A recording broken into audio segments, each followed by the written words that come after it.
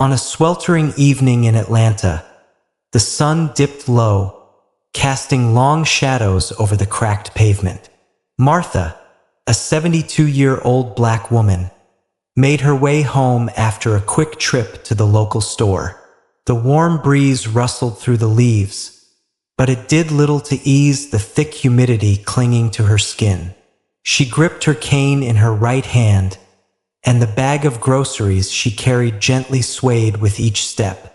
Inside the bag were simple treasures: collard greens, cornbread wrapped in plastic, and a few peaches, still soft enough to bruise if she wasn't careful. As Martha passed a quiet street, she felt a shift in the air. The familiar hum of the evening was broken by the rumble of an idling car. Officer John Taylor, parked at the corner, eyed her from his patrol car. With a sudden sneer, he rolled down his window and barked at her. "Hey, old lady, where do you think you're going? You look suspicious." Martha stopped, her cane tapping firmly against the pavement. She looked up at him, unshaken. "I'm just heading home, officer. Is there a problem?" Her voice was calm, but there was a steel in her words that had come from decades of standing her ground. But Taylor wasn't interested in civility.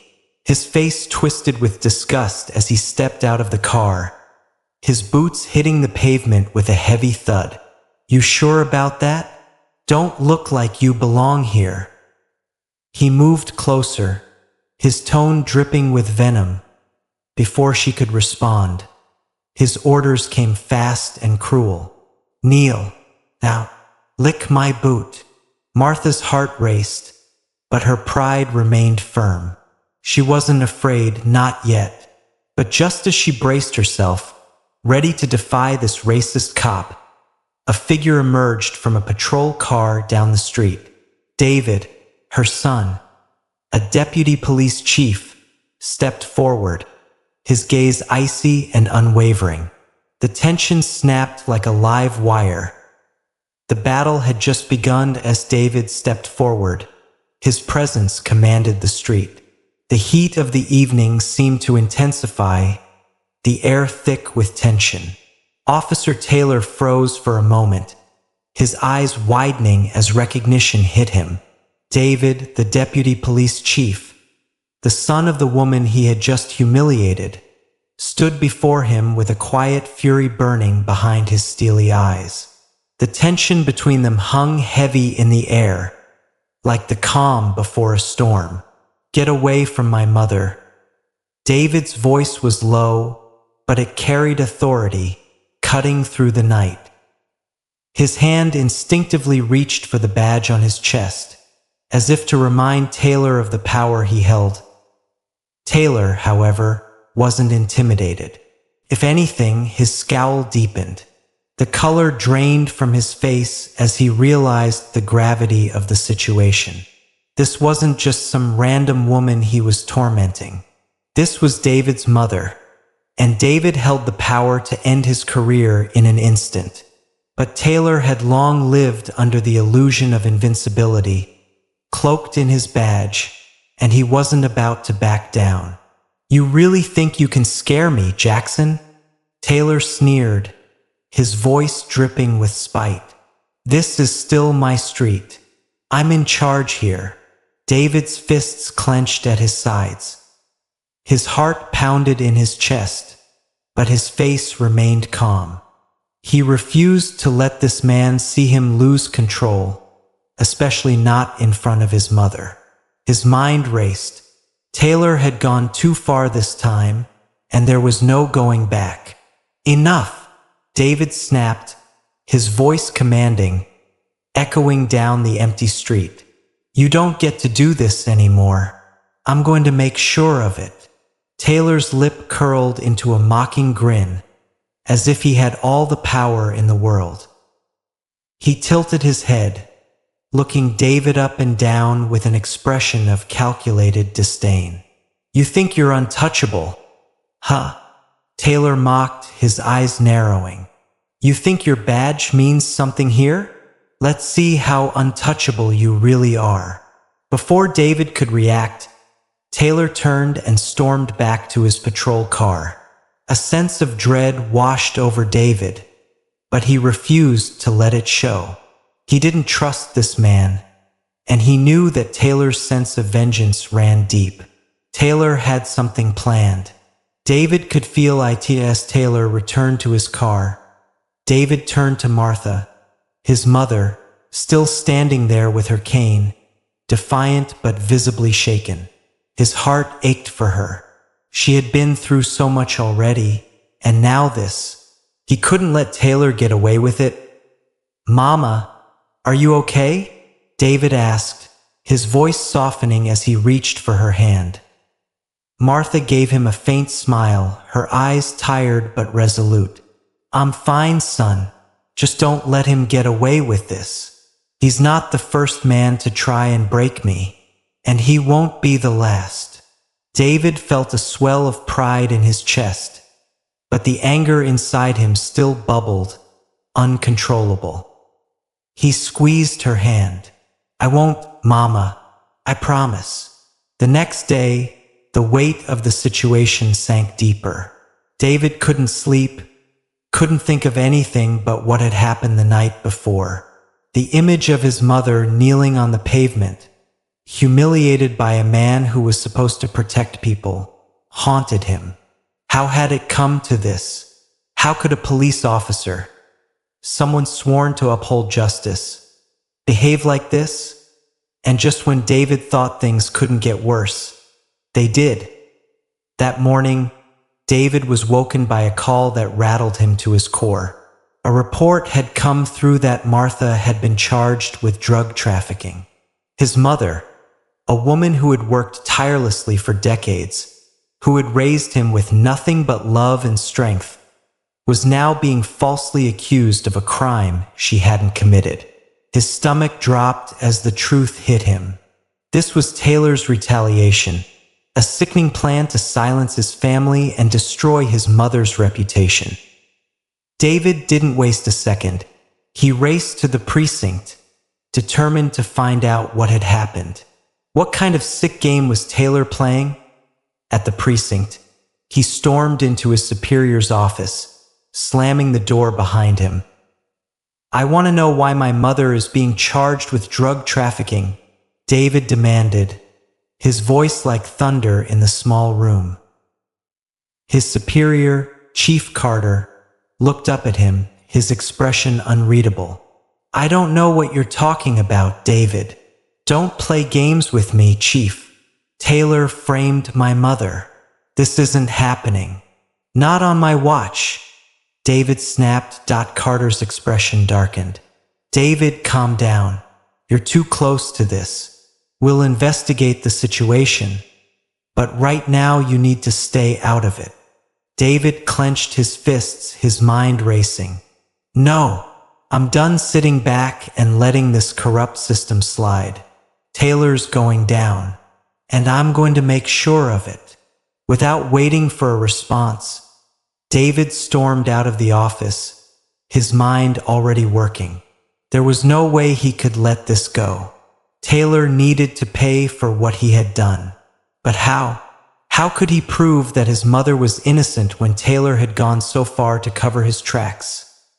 That night, after hours of trying to track down every lead, David received a chilling call. It was from an anonymous source, someone who had seen the evidence that Taylor had planted in Martha's home.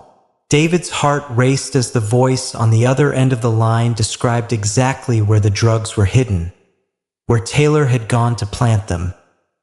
David felt a wave of relief wash over him. Taylor had slipped up.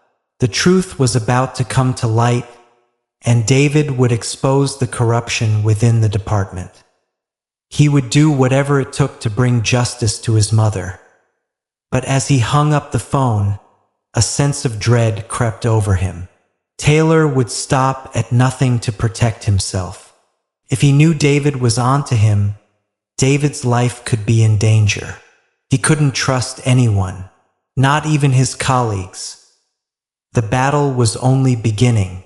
David knew it, and so did Taylor. As the war for justice escalated, David realized just how deep the corruption ran. He would have to risk everything: his job, his reputation, and even his life, to bring his mother's innocence to light. The stakes were higher than ever, and time was running out. The showdown was coming. David had always believed in justice. He dedicated his life to it, climbing the ranks of the police force with the goal of making things right. But now, as he stood in front of the evidence that would clear his mother's name, his faith was wavering. Martha had been wronged, and no one was going to get away with it. He could feel the weight of every decision pressing down on him as he sifted through the mountains of paperwork, watching the hours tick by. Taylor had set everything up perfectly, but David had the truth on his side. He would expose it, and he would expose Officer Pierce's corruption, no matter the cost. But that night, when David went to sleep, he didn't know how wrong things were about to get. The phone call came at 2 a.m., a sound that jolted David awake. His heart began to pound before he even answered. "David, it's Lena." The voice on the other end crackled, her tone urgent but too calm for what was about to happen. "I've got something you need to hear." His pulse quickened, the familiar sound of her voice doing nothing to quell the unease that had settled in his stomach. Lena, his trusted ally, the lawyer who had promised to help clear his mother's name, the woman who had stood by them through thick and thin. "What is it, Lena?" David asked, rubbing his eyes, trying to shake the grogginess from his mind. "You need to listen closely," Lena's voice came through, muffled.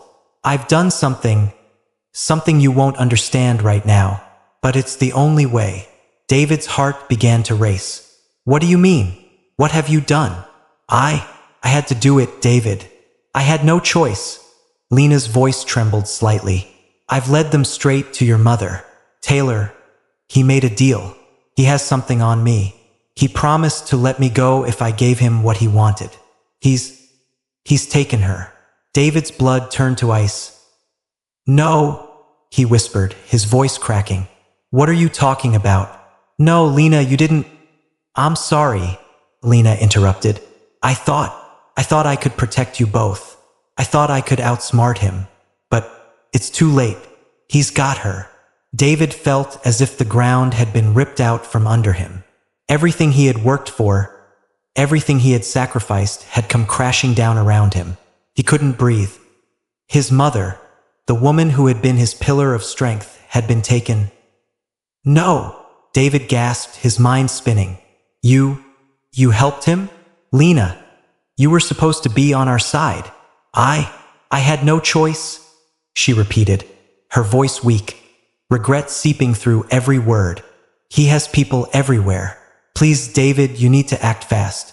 They're taking her somewhere remote, somewhere he can finish what he started." The line went dead. David slammed the phone down, his heart pounding in his chest. His hands were shaking, his breath coming in ragged gasps. He didn't have time to waste. He needed to find his mother, now. When David arrived at the location Lena had directed him to, the world around him felt suffocating. Every second that passed without word from his mother was another second of torment. He had to move faster, but every step felt too slow. The wind howled through the empty streets, but all David could hear was the pounding of his own heart. Officer Taylor had always been a man of pride, but David had no idea just how deep his hatred went. His mind raced as he pushed forward, ready to do anything to save his mother, to destroy Taylor's plans once and for all. Meanwhile, in a dark, musty warehouse on the outskirts of town, Martha was locked inside a rusting cage. The cold concrete floor sent shivers up her spine, but the chill didn't bother her as much as the weight of the chains around her wrists. Taylor and his goons had stripped her of her dignity, her strength, everything she had worked for her entire life. Pierce, standing before her with a cruel grin, paced back and forth. He had plans for her son, for everything that David had worked so hard to build. His hatred burned, fueled by the thought that he could break them both, mother and son. "You thought you could fight me? Huh?" Pierce sneered, towering over Martha. His boots clicked against the concrete with each step. "You thought your son was going to save you? Please." Martha glared at him through the bars of the cage, the defiance in her eyes still as sharp as ever. Despite the bruises, the cuts, and the blood, she would not let him win. "You're nothing," she spat, her voice low but strong. "Nothing but a coward. You don't scare me. You never did." Pierce's grin widened. He was used to breaking people, bending them to his will. But this woman, Martha, she had something he couldn't break. "You'll learn, old woman," he sneered, his voice dripping with venom. "Your son can't save you now. No one can." David was too late. By the time he arrived at the warehouse, the door slammed shut behind him with a deafening echo. Inside, Martha's cries were muted by the thick, soundproof walls. Pierce's goons had already set the trap in motion. The moment David stepped inside, he was surrounded. It was too late for subtlety. It was too late for strategy. Pierce had already calculated every move. "Stay right where you are, David." Taylor's voice boomed from the shadows. "You're not going anywhere." David froze. His heart dropped to his stomach. He could hear his mother's faint voice, the desperation in her tone. He wasn't alone, but the warehouse was a maze of darkness. "You're not getting out of here," Pierce said, a sickly gleam in his eye. "Not until I'm done with you both." David lunged forward, but before he could take a single step, a sharp pain shot through his side. One of Taylor's goons had gotten the drop on him. His body went numb as the cold steel of a gun pressed to his neck. The world felt as if it were closing in on him. "Martha!" David cried, his voice strained as the tension in the room reached its peak. The silence that followed was suffocating. "Let her go," David demanded, his voice trembling with anger and fear. But there was no answer. Pierce's laughter echoed through the warehouse. It was the sound of a man who thought he had won. And in that moment, David feared he was right. The walls around him felt like they were closing in, the darkness swallowing him whole. The cold, damp air inside the warehouse felt suffocating. Martha's body ached, her wrists raw from the shackles that held her to the rusted steel pipes. She was surrounded by darkness, the only light a faint sliver slipping through the broken windows above. The sound of dripping water echoed, a haunting reminder of how trapped she felt. But despite the pain, despite the fear, one thing remained unshaken. Her spirit. Taylor thought he could break her, thought that his cruelty would finally silence her defiance. But Martha had faced far worse in her 72 years. She had survived the brutality of a world that had tried to keep her down for so long. This man, this officer, was just another enemy in a long line of those who underestimated her strength. That as the hours dragged on, Martha's resolve only grew. She knew she couldn't stay here forever. Her son, David, would come. He always did. But more importantly, she knew this wasn't just about surviving. This was about taking back what had been stolen from her. Her dignity, her freedom, her family's name. The chains around her wrists were cutting deeper into her skin, but Martha barely noticed the pain. She had to act. The time had come. With a grunt of determination, she twisted her wrists, the steel cuffs digging into her skin as she fought to free herself. The effort sent waves of pain up her arms, but she refused to let it stop her. She pulled again and again until, finally, the chains snapped. Her heart raced as she took her first free steps in what felt like forever. She was weak, tired, but more than anything, she was furious. Taylor had crossed a line, and she was done being a victim. Meanwhile, David had been scouring the streets, his mind a whirlwind of thoughts. Every second that passed without news of his mother felt like an eternity. He had lost count of how many places he had checked, how many dead ends he had hit. But this wasn't a time for giving up. Not when Martha was counting on him. He had called in every favor, reached out to everyone he knew. He couldn't do this alone anymore. The corruption within the force ran deep, but there were still officers who wanted to do the right thing. Finally, David received a tip. A single phone call from an officer who had witnessed something. Someone who had seen Taylor's men moving Martha in the dead of night. David's heart skipped a beat. He was closer than ever. Back in the warehouse, Martha moved silently, her body pressed against the walls, her breath slow and measured. The sounds of footsteps echoed in the distance, but she kept her focus sharp. She was close, so close. Then, the door creaked open. The sound of Taylor's voice filtered through the darkness. "She's still alive. I'll deal with her after we finish what we started with her son." Martha's blood ran cold at the mention of David, but she didn't hesitate. She gathered every ounce of strength she had left and bolted. Before Taylor and his goons could react, Martha kicked open a side door, sprinting into the night. The fresh air hit her like a wave, filling her lungs as she ran faster than she ever had before. Her body was weak, her legs trembling, but her will was unbreakable. She didn't stop running until she saw the familiar headlights of a car, headlights that didn't belong to Taylor. She knew who it was. David had found her. David's heart raced as he saw her. The woman who had raised him, who had survived so much. She was alive. Martha was alive. The feeling of relief was almost overwhelming. "Mom!" David shouted as he sprinted towards her. Martha collapsed into his arms, her body shaking from the exertion. "David, I knew you'd come," she whispered, her voice hoarse but strong. David held her tight, his chest tightening as he felt the weight of everything they had been through. He hadn't just saved his mother. They had fought back together. But their victory was short-lived. Taylor was not finished. Back at the precinct, the gears of corruption were already turning. Taylor, still smarting from his failed plan, wasn't going to let it end with a simple arrest. He had connections, allies waiting in the shadows, ready to protect him. The Jacksons weren't safe in the dead of night. Taylor's goons planted more evidence in Martha's house. Fake evidence of drug trafficking that would send her to prison for good. The plan was simple: destroy everything she and her son had worked for. This wasn't just about revenge. This was about control. The next morning, David woke to a nightmare. His phone rang. It was a tip-off from one of his loyal officers. "David, you need to get to your mother's house. There's something here that—" David didn't need to hear the rest. His stomach dropped as he sped toward his childhood home, dreading what he would find. When he arrived, the front door was wide open. Inside, Martha was standing in the middle of the living room, her face pale as she stared at the neatly placed stack of Taylor's fabricated evidence. The fake drugs, the money, it was all there, staring her down. "They did it, David," she whispered, her voice breaking. "They're trying to destroy us.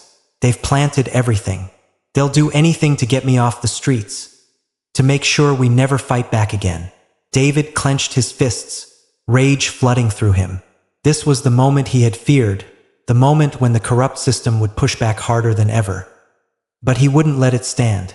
Not again. "Get in the car, Mom," David said, his voice cold and sharp. "We're not going down like this. I won't let them take you." As they sped away, David's mind raced. He had to move fast. The corrupt system that had protected Taylor for so long was starting to crack. But Taylor's allies were everywhere, and every move David made now felt like a step closer to an even darker confrontation. Taylor's plot to destroy the Jacksons had failed before, but he wasn't giving up. Not now. Not when he still had powerful friends on his side. He would find another way. But Martha and David were no longer afraid. They were united in their fight, stronger than ever. They would expose him. They would tear down the walls that protected men like Taylor. They had taken the first step, and the road ahead was long, but they would see it through to the end. The fight for justice was only just beginning. The days following Taylor's arrest were the first breath of freedom Martha and David had felt in weeks. The corrupt officers' grip on their lives had begun to loosen. David worked tirelessly to ensure that Taylor's connections within the department were exposed. One by one, officers loyal to Taylor were being questioned, investigated. The wheels of justice were turning, albeit slowly, and there was finally a glimmer of hope. But Pierce, Taylor's loyal ally, was watching, waiting. He wasn't done. While the Jacksons celebrated small victories, Pierce had his own plans. Plans that would turn everything upside down in an instant. It was a late afternoon when it happened. The city was quiet, the kind of calm before nightfall that lulled people into a false sense of peace. David had just finished a meeting at his office. His day had been long, but he'd made progress. He had convinced several colleagues to join his side in the fight for reform, and with Taylor behind bars, the department's future looked slightly brighter. He was on his way out of his office when the first tremor hit. It wasn't much at first, just a slight shake, a sound muffled in the distance. But within seconds, everything changed. The ground beneath him seemed to explode.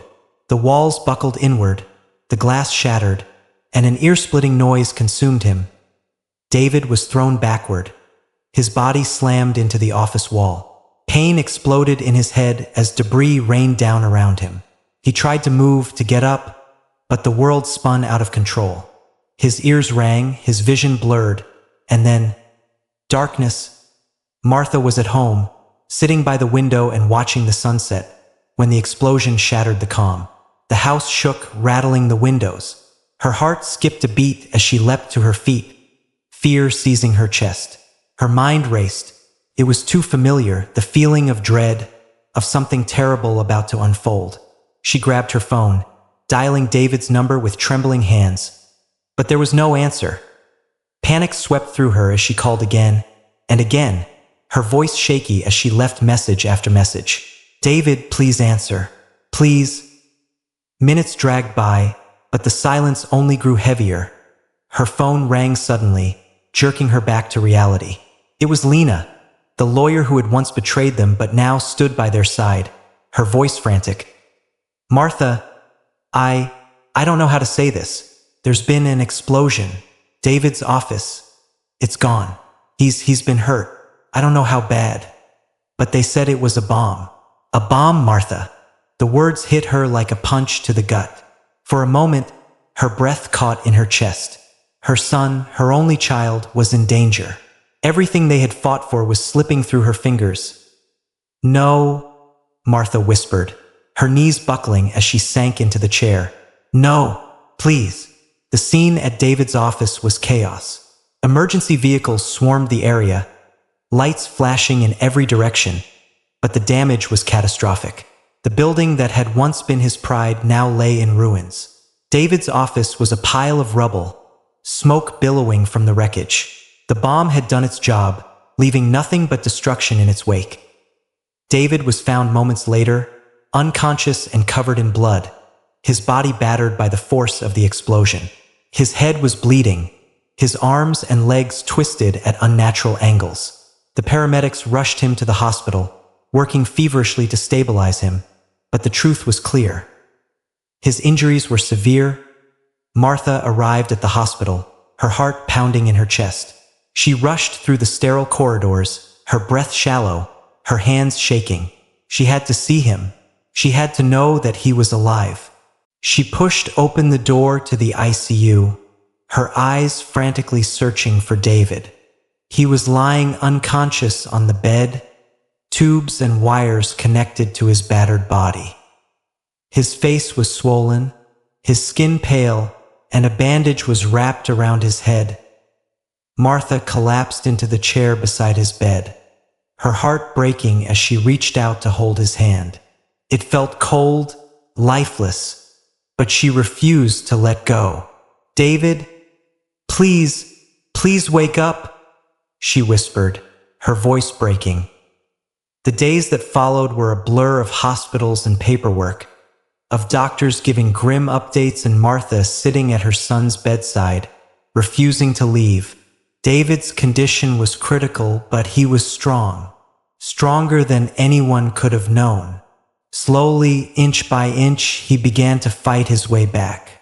The doctors said it was a miracle, but for Martha, it wasn't just luck. It was the strength that ran in their blood.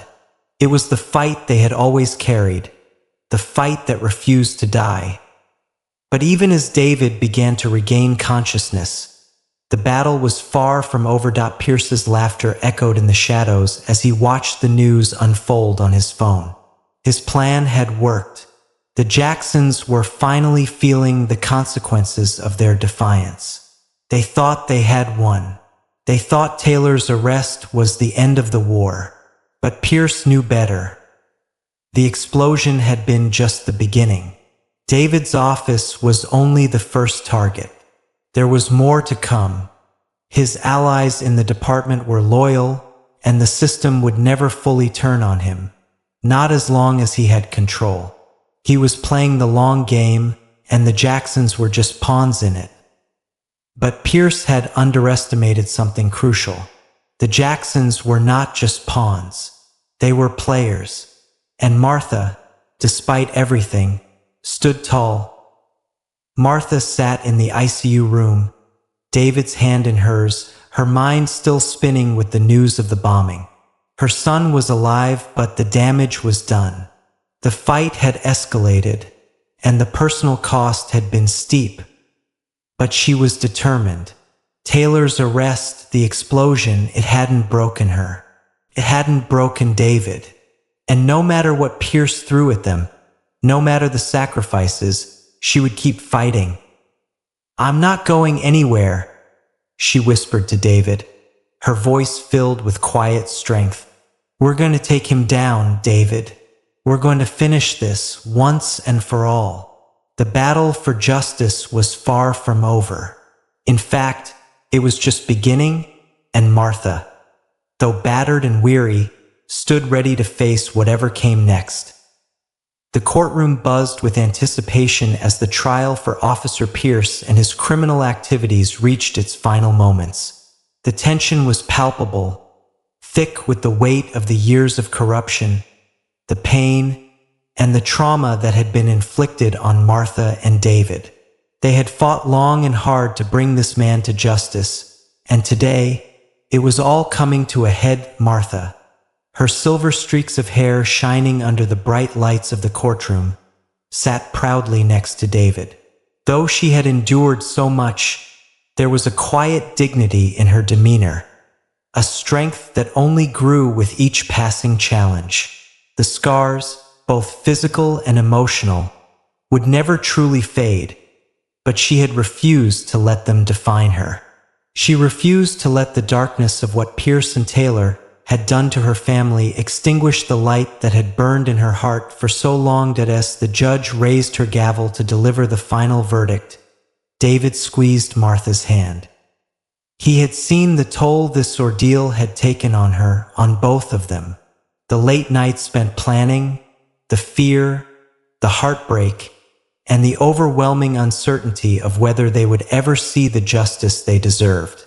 But Martha's unwavering spirit had carried them through it all. Pierce, sitting across from them in the defendant's chair, no longer looked like the imposing figure he once was.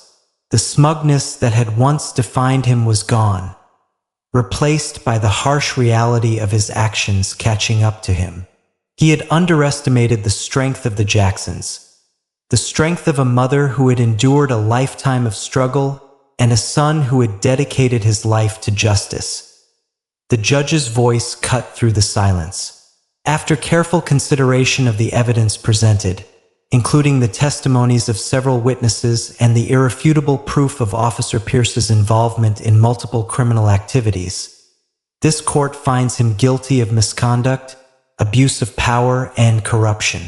He is hereby sentenced to 25 years in prison.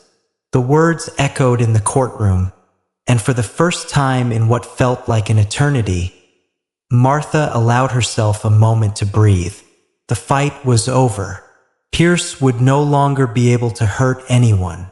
For David, it was a hard-won victory, but it didn't erase the scars left on his family, on their lives, on their hearts. Still, it was a step forward, and in the long battle for justice, every step mattered.